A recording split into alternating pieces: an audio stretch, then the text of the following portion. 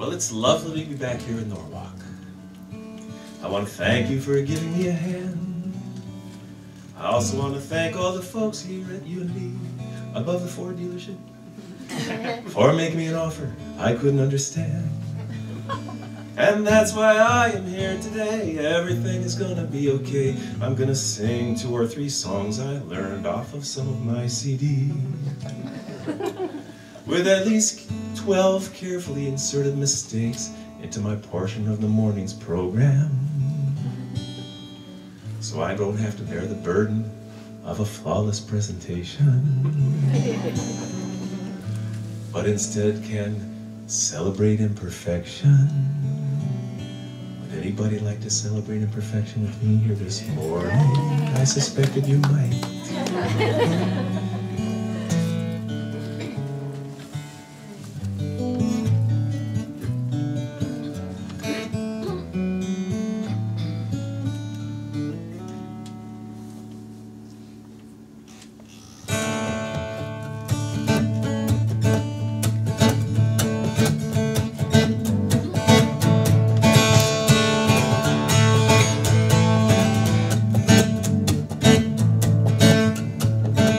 I'm going to start on the cliffs of Santa Barbara, California, where about 15 years ago I was standing next to a man I had just met.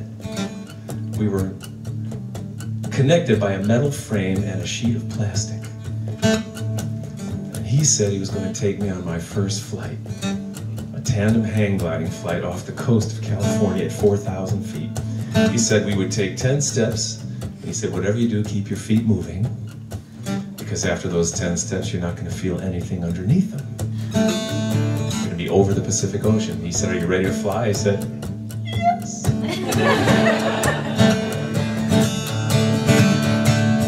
I was nervous. I was scared. He said, jump. And I said, where? Off of this cliff. We're going to glide. You must be joking. I replied, not at all. He said to me, I'll be right here. Here's where I will be. We'll take the plunge. Won't be hard. We'll do it once. And that's a start, 'cause practice makes progress. Give it a try. That thing you think you can't do just stresses you. It's just a journey, you and I. Practice makes, give it a try.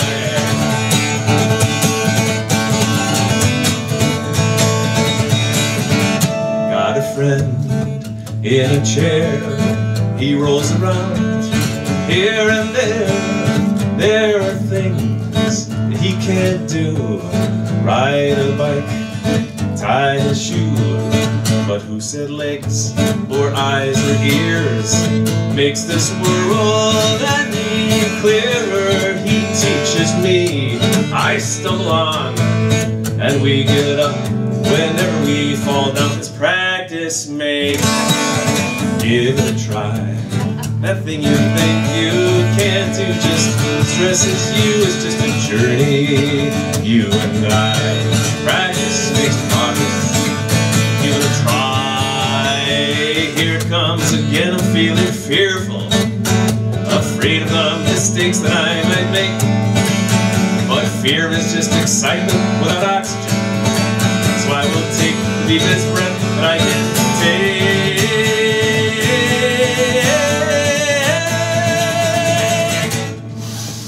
A little nervous, a little shy. You want to be at Norwalk Sunday morning? Oh my! But here I go. What's there to lose? I'll still be breathing no matter what I do, 'cause practice makes. Give it a try. That thing you think you can't do just stresses you. It's just a journey, you and I. Practice makes progress. Give it a try. Practice makes progress. Give it a try.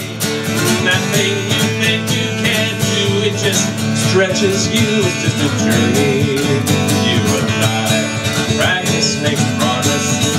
Give it a try. It's just a journey. It's always so. Practice makes progress.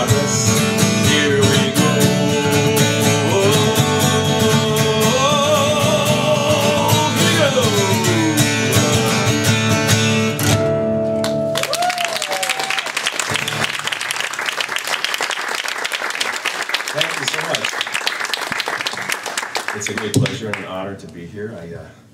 I'm entering my 26th year of playing music full-time for a living, and I'm proud of that. My father, Irving, may he rest in peace, was a Russian Jewish immigrant, and he had hoped his only son would one day become either a lawyer or a doctor. Thank you. You have the same father? Yes. So when Irving was in hospice in our hometown of Chicago in 1995, I took that opportunity when he was pretty much immobilized to sing to him. You know, he'd seen me play, you know, many times over the years, and I just wasn't quite sure that he ever really got how meaningful this was to me, that I found my life's purpose, what I love to do, what makes my heart sing, you know, what makes me inspired. And so I sang to him, and I remember a couple things that he said with, you know, in the last 4 or 5 days of his life. One of the things he said was, "You know, son," I said, "Yeah, Dad, if you still want to go to law school, I'll pay for it."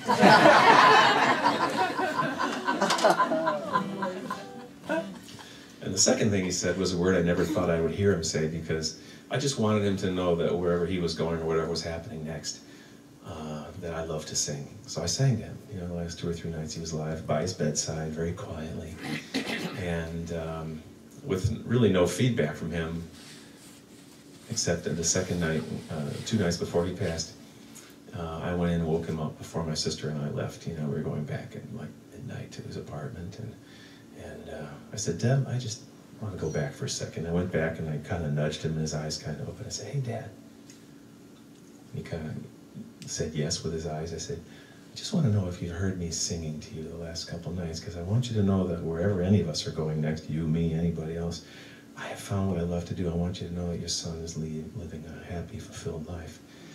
Did you hear me sing?" And there was a long pause, and he said a few words. He said, "Yeah, I heard you. It was beautiful."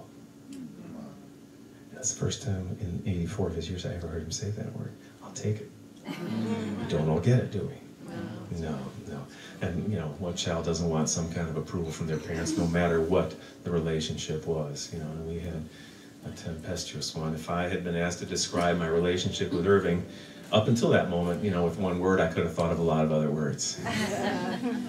But from that moment on, beautiful, beautiful.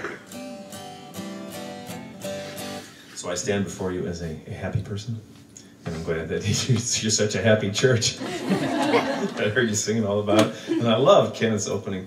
That medley was like being part of a Broadway musical. That was fantastic. So I want to talk to you about the power of yes, you know, because as I get older, and I'm a bona fide baby boomer, I have discovered that there's great power in this one little word. And usually the time I'm using it as I get older is when a no seems more automatic.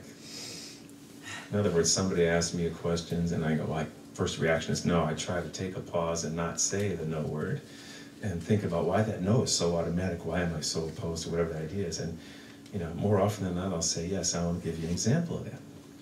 About 7 years ago, I live on Cape Cod now. I'm from Chicago, but I've lived on Cape Cod since 2000. I was sitting in a little cafe, and I looked around, and anytime I'm in a little cute little place like that, I go, gee, I bet live music would sound great in this place. It was a little convenience store with some tables and coffee in the morning. And I went back, I got up from my table, and I went over to the 2 gentlemen standing behind the cash register, and I said, "Hi, my name's David. I'm about to make you an offer you can't understand." And they said, "What are you talking about?" I said, "How would you like to have absolutely free a night of community music with community musicians, and all you have to do is stay open late one night," because it was normally just breakfast and lunch. "And I will call out all my friends, and hopefully some ones I haven't met yet, and we'll have what's called an open mic." And they said, "What's that?" And I explained it. It's where anybody who wants to can come play a song. It's the home of freedom of speech, and, you know, do whatever you want to do. And they said, "Yes, we'd love that. We've always wondered how we could have live music in our little cafe." And I said, "I am your man." Because when I lived in New York City in the 1980s, I did my decade there, I went to all the open mics for years in Greenwich Village with all the other folk singers. So we looked at the calendar. It was December of 2005.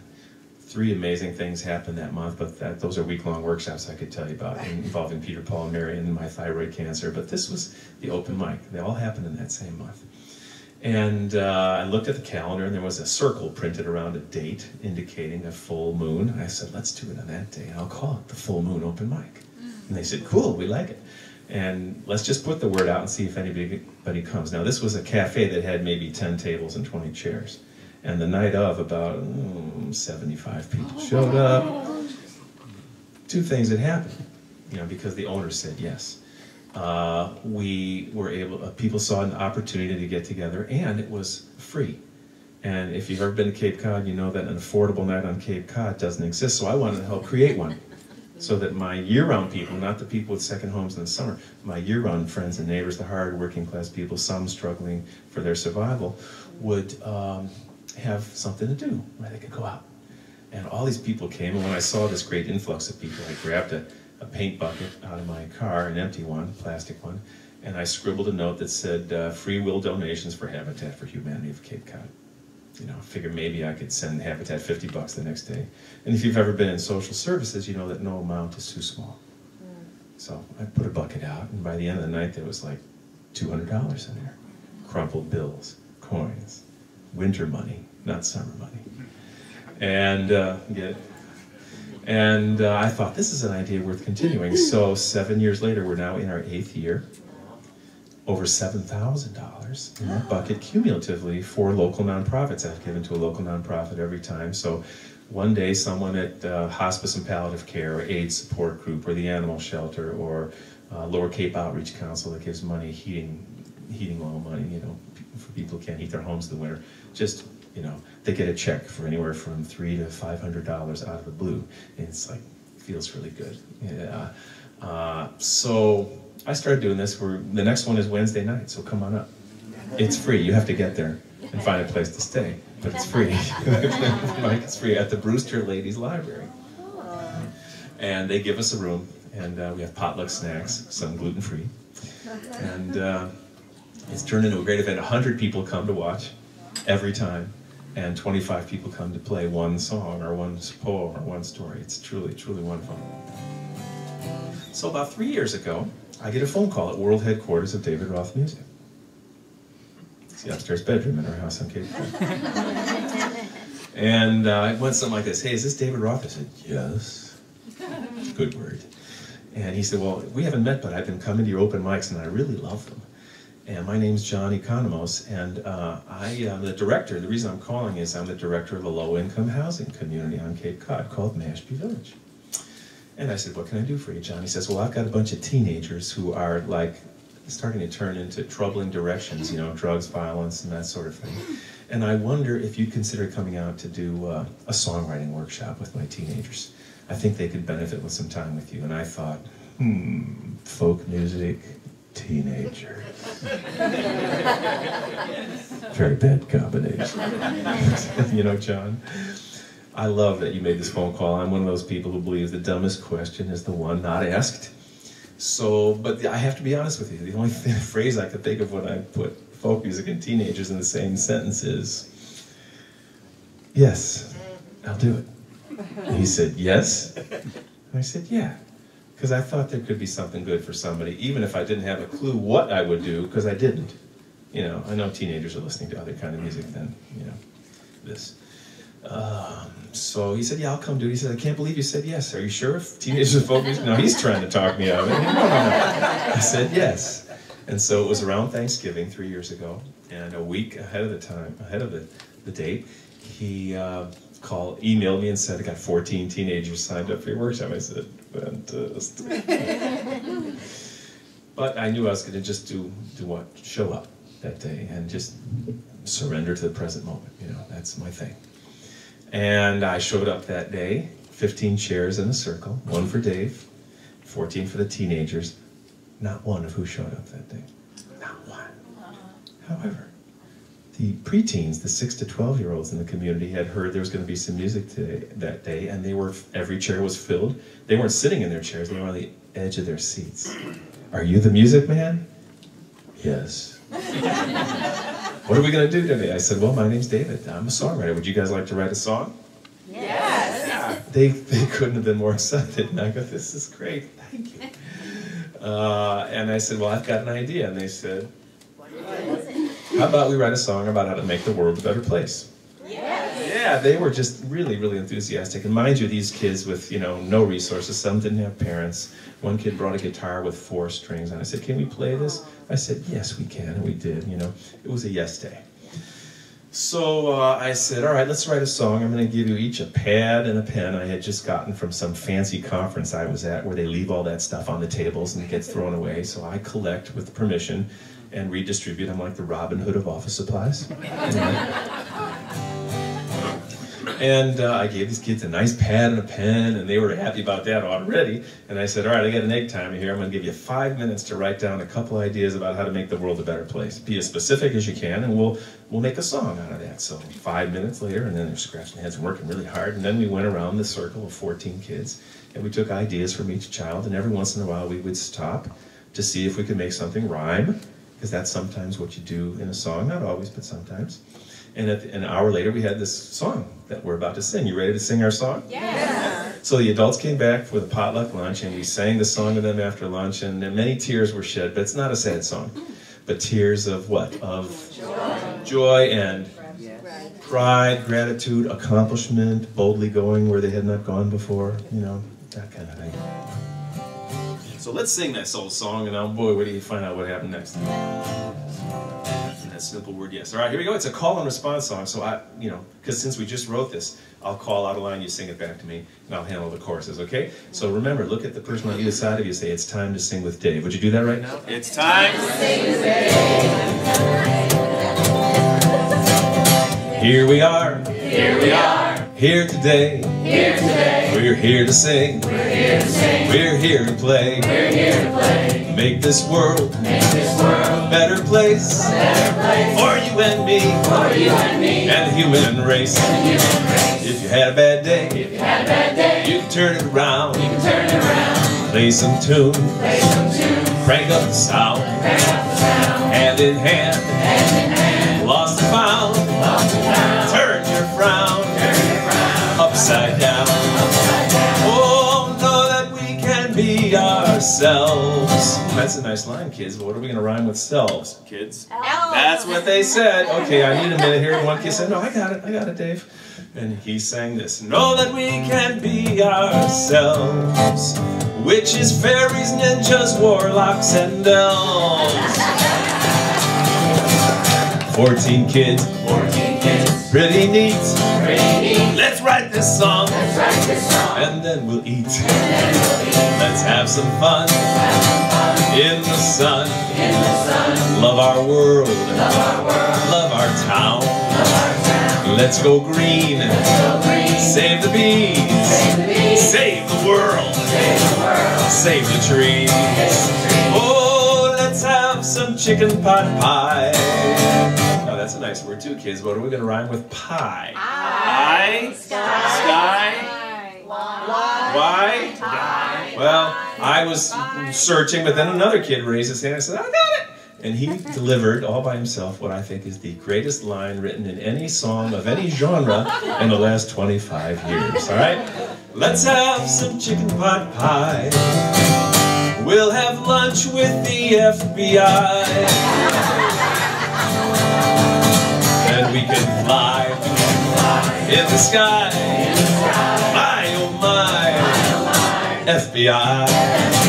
And here we see a turkey giving thanks for you and me. Because we won't eat him today. Vegetarian's okay. Move around the disco dance. Take a risk and take a chance. May you have perfect feast. And may the world have perfect peace. Here we are, here today. Here to sing, we're here to play. Make this world a better place for you and me and the human race.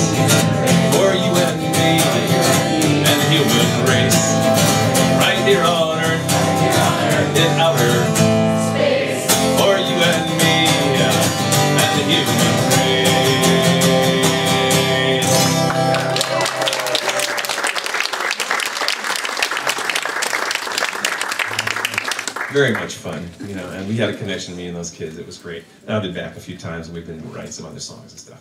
But a couple months later, I got a phone call from John. He said the teenagers got wind of your songwriting workshop, and now there's a contest from one of the Cape Cod papers for the best song about affordable housing, or lack of affordable housing, as we say on Cape Cod.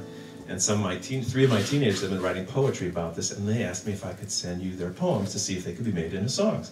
And I said what I said to you: a poem isn't necessarily a song lyric, but send them to me. I can't promise. You know, inspiration, you know, doesn't always work that way. So he sent me the poems of Matthew Stewart, Shaylin Blaine, and Jenny Santos, and they were unbelievable. And I called John back up. I said, John, yes, let me try to do something with this. There's only one thing that's missing in all three of the poems. And he said, what's that? I said, what these kids wrote, there isn't any hope. So I'd like to put a little hope in. And he said, well, what are your thoughts? And I said, well, let me put these three poems together into one song lyric, and let me put one line in of hope.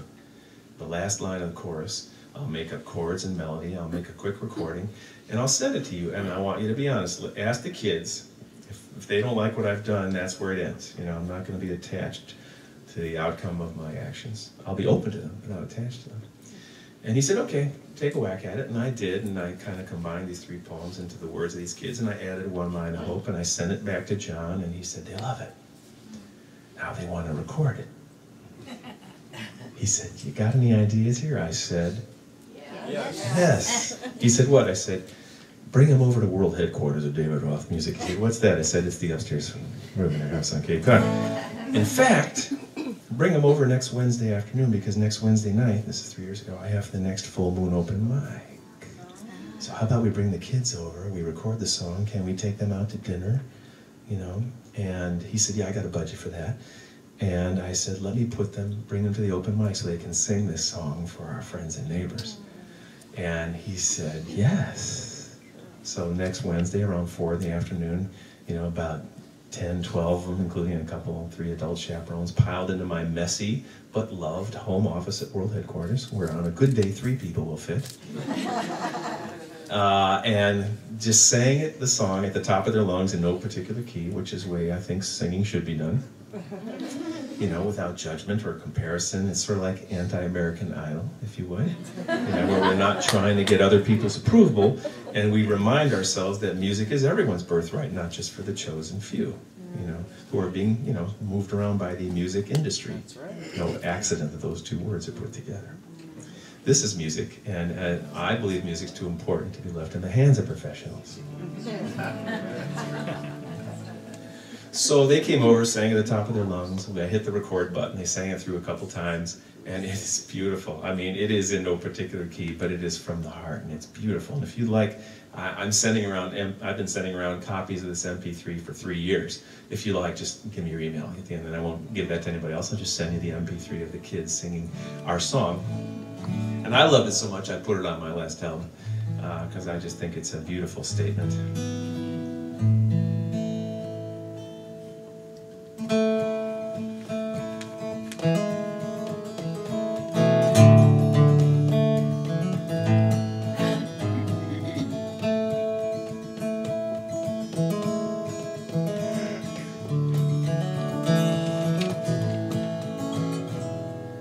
My folks sleep in the bedroom with a crib beside their bed.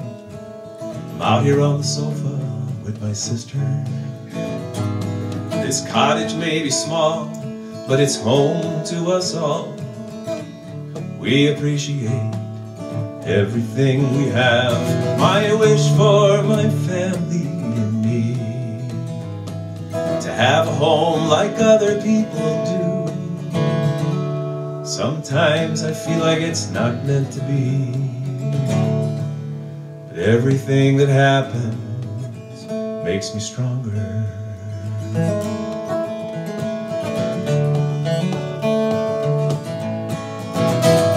And now in the front yard we find the landlord put up a for sale sign. Goodbye Cape Cod. My mother looks so sad. She holds her head in both her hands, but I can't help her, yes I can. And I can also help my dad. My wish for my family and me, to have a home like other people do. Sometimes I feel like it's not meant to be, but everything that happens makes me stronger. A home is like a castle, it's like you won the lottery. From nothing up to something, a place where I sleep soundly. A roof over our heads, food on our plates. Mom and Dad are making sacrifices every day, so we can all be together in one home. We appreciate everything we have. My wish for my family and me, to have a home like other people do. Sometimes I feel like it's not meant to be, but everything that happens makes me stronger. Sometimes I feel like it's not meant to be, everything that happens.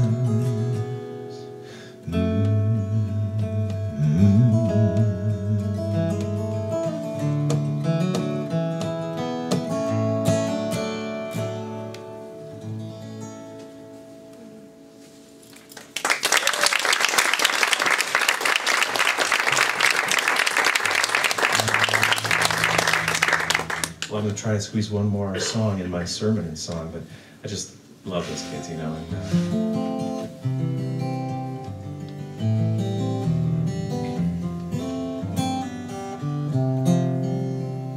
Let's go back to the mid-90s again. I saw this great art story in Parade magazine. You get Parade magazine here? Sure. It's the thing that comes in the Sunday paper.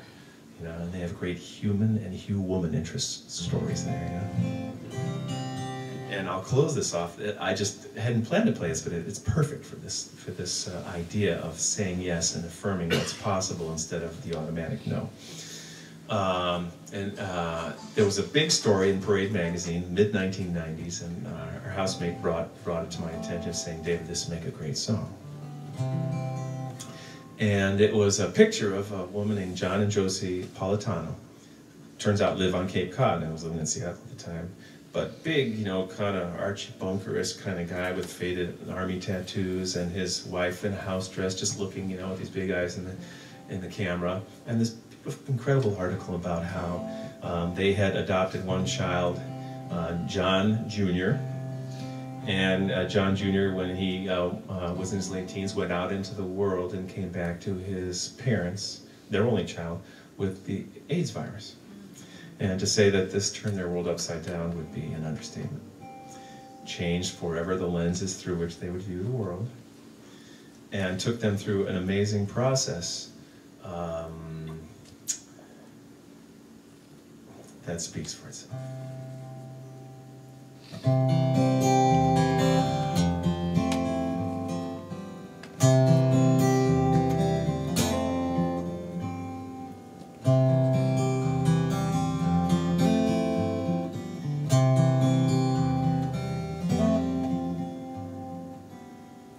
John and Josie's only child, young and handsome, fast and wild, joined the army at 18, left the army at 18, drifted then from job to job, town to town and love to love, 7 years forever, till young Johnny came marching home. But Johnny wasn't looking well, went into the hospital. Days turned into several weeks. Johnny kept on losing weight. Josie said to John, "Sit down." John cried, "Oh God, not my son." Johnny left at 25, a hole as big as Jupiter. There's nothing stronger than the love that John and Josie had for Johnny. Threw him his last birthday party.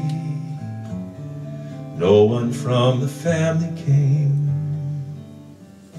No one from the family came. Turned John and Josie's grief to shame. Shame to anger, anger, pain. Nothing they needed more of.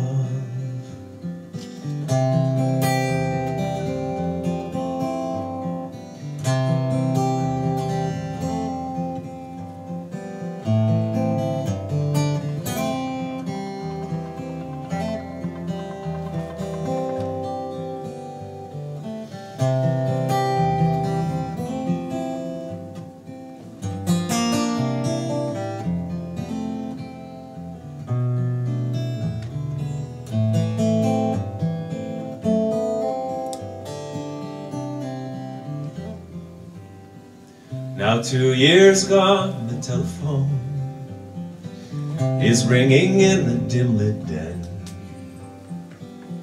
Beneath the wooden crucifix that John had punched the day he learned that Johnny wouldn't live much longer. Now a voice said to his father, "John, we have a baby here. No one seems to want him. The baby doesn't have his parents. He's 2 months old and with their virus." Josie grabbed the phone from John. 2 of them said yes, yes, yes. So John and Josie, over 60, taking in a brand new baby, named him Paul Antonio. Johnny would have loved him. There's nothing stronger than the love that John and Josie had for Johnny. Same love that they have for Paul. They're starting up the wheel again. And of the fear the same could happen, losing Paul before his time comes. John and Josie look right past it. They are basking in love's mighty presence. John and Josie don't have time. They're basking in love's mighty presence.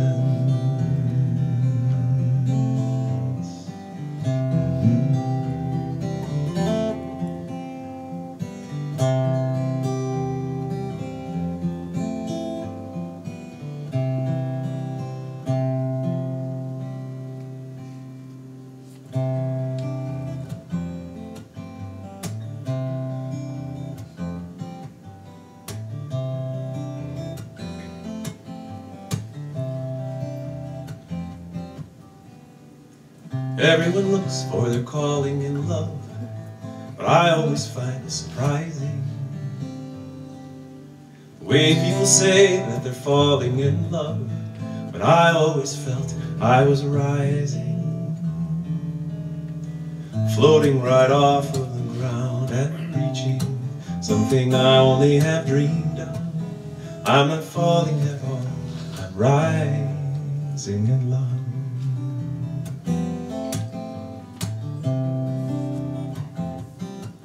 And everyone talks about tying the knot, but I have a hard time agreeing with the way that we bind up the love that we've got, when the feeling of love should be freeing. Oh, lifting each other up instead of giving one another a shove. We won't be falling at all, we'll be rising in love. Yes, we will. How do you let love grow? You've got to give it a chance when you found it. And a bird in your hand will stay until you start to close your fingers around it. Love is a river whose waters we test, and a measure of where we are going. But you never can step in the same river twice, for that water is constantly flowing. But the deeper the river, the greater the trust. The more that we're rising above, we won't be falling at all, we'll be rising in love. I'm not falling at all, I'm rising. I'm not falling at all, I am rising. I'm not falling at all, I am rising in love. I'm rising in love. I'm rising in love. I am rising in love.